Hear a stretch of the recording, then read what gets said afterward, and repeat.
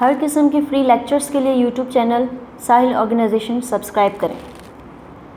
Students, आज हम more on physical quantities के लेक्चर को हम कंटिन्यू करेंगे, जिसमें हम देख रहे थे कि हमारे पास जो डायमेंशनल एनालिसिस का जो मेथड है उसके जरिए हम किस तरह से checking the homogeneity of a physical equation और डिराइविंग अ पॉसिबल फार्मूला के दो जो बेनिफिट्स जो हम हासिल कर सकते हैं वो किस तरह से करेंगे। सबसे पहले जो है यानी कि जो फर्स्ट मेथड है, इसके जरिए अगर हम देखें तो हम क्या कर सकते हैं कि हम चेक कर सकते हैं कि करेक्टनेस ऑफ अ रिलेशन, यानी कि हमारे पास जो फिजिकल रिलेशंस हम डिफाइन करते हैं स्टूडेंट्स, उनकी करेक्टनेस जो है कि वो हमारे पास एक करेक्ट रिलेशन है कि नहीं, वो हम करेक्टनेस ऑफ द रिलेशन जो है यानी कि फिजिकल रिलेशन जो है किसी दो क्वांटिटीज के दरमियान जो है उसकी चेकिंग कर सकते हैं। ठीक है, उसमें हम एक एग्जांपल में आपको जो है एग्जांपल के जरिए हम इस चीज को समझेंगे स्टूडेंट्स कि जिस तरह हमारे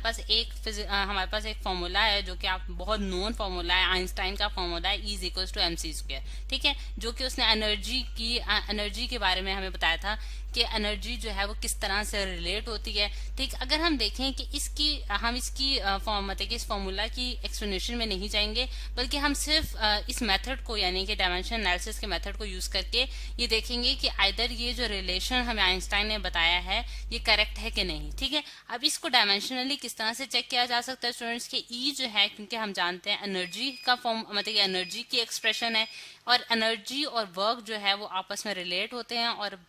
वर्क का या फिर एनर्जी का जो हम फॉर्मूला डिफाइन करते हैं हम वो फोर्स इनटू डिस्प्लेसमेंट डिफाइन करते हैं। ठीक है, अब फोर्स इनटू डिस्प्लेसमेंट के मतलब कि ये फॉर्मूला यूज करके हम इसकी डायमेंशंस को देखते हैं। यानी कि अब क्या करूंगी, मैं E को जो है स्क्वायर ब्रैकेट्स के अंदर रखूंगी। इसी तरह जो है हम जो मैथ्स है यानी कि मैथ्स को कैपिटल M से हम डिनोट करेंगे स्टूडेंट्स, और हमारे पास C जो है यानी कि CB हमारे पास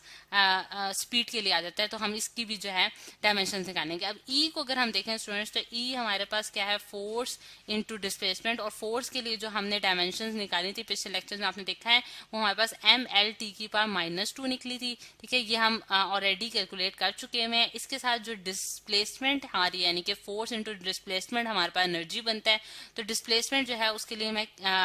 L यूज करूंगी। ठीक है, इसी तरह अब अगर हम लेफ्ट हैंड साइड पे देखें स्टूडेंट्स, ये लेफ्ट हैंड साइड की राइट हैंड से पे देखें स्टूडेंट्स, तो हमारे पास M है और फिर उसके बाद L यानी C²। C जो है स्टूडेंट्स हमारे पास स्पीड है, स्पीड ऑफ द लाइट, यानी कि C हमारे पास क्या है, स्पीड ऑफ द लाइट। और स्पीड के लिए जो हम रिलेशन पढ़ते हैं यानी कि स्पीड जो है वो हमारे पास क्या होता है, डिस्टेंस डिवाइडेड बाय टाइम। ठीक है, और इसके लिए अगर हम फॉर्मूला मतलब कि इसकी डायमेंशंस देखें तो हमारे पास क्या आती हैं, L और T⁻⁻1, L × T⁻⁻1, यानी कि L जो है वो डिस्टेंस के लिए और T जो है वो टाइम के लिए। और उसके बाद जब हम इसको ऊपर लेके जाएंगे तो हमारे पास उसकी पावर क्या आ जाएगी, -2। और इस पूरे की जो यानी कि हम C² करना है तो इस पूरे को ऊपर मैं स्क्वायर डाल देती हूँ, यानी होल स्क्वायर है। ठीक, अब इसको अगर हम देखें तो mL × T⁻⁻2, और ये हमारे पास L आ गया यहाँ स्टूडेंट्स, और इसको भी अगर हम कंबाइन करें तो हम किस तरह से लिख सकते हैं, M और फिर यहाँ जो है हमारे पास L² हो जाएगा, T⁻⁻2 का स्क्वायर हो जाएगा। यानी कि स्क्वायर को अगर मैं दोनों क्वांटिटीज पे इक्वली जो है स्क्वायर करूं तो हमारे पास ये बन जाता है। अब इस चीज को हम कंबाइन करके किस तरह से लिख सकते हैं स्टूडेंट्स कि अगर मैं फाइनली इस चीज को लिखूं तो मैं किस तरह से लिख सकती हूँ, mL², यानी कि L जो है जब अंदर जाएगा तो L² बन जाएगा क्योंकि मेरे पास 2 L हैं, और T⁻⁻2 हो जाएगा। ये मेरे पास स्टूडेंट्स लेफ्ट हैंड साइड आ गई, और राइट हैंड साइड को देखूं तो मेरे पास mL² × T⁻⁻2। ठीक है, तो जिससे आपको ये पता चल रहा है कि हमारे पास जो राइट हैंड साइड आई है वो हमारे पास किसके बराबर आ गया, मतलब कि लेफ्ट हैंड साइड जो है वो हमारे पास किसके बराबर आ गया, राइट हैंड साइड के। जिससे मुझे ये पता चल गया है कि जब left hand side right hand side के बराबर होती है तो उस केस में मैंने देख लिया कि डायमेंशनली जो है वो दोनों क्वांटिटीज इक्वल है, जिससे मुझे ये पता चल गया कि ये जो मेरे पास रिलेशन है ये करेक्ट रिलेशन है, इसमें कोई मिस्टेक नहीं है। यानी कि ये जब हम डायमेंशन एनालिसिस से देखा है कि हमारे पास दोनों तरफ जो क्वांटिटीज हैं उनकी डायमेंशंस जो हैं वो इक्वल आ रही हैं। ठीक है, तो ये इस तरह से स्टूडेंट्स हमने जो है करेक्टनेस ऑफ अ रिलेशन जो है वो देख लिया।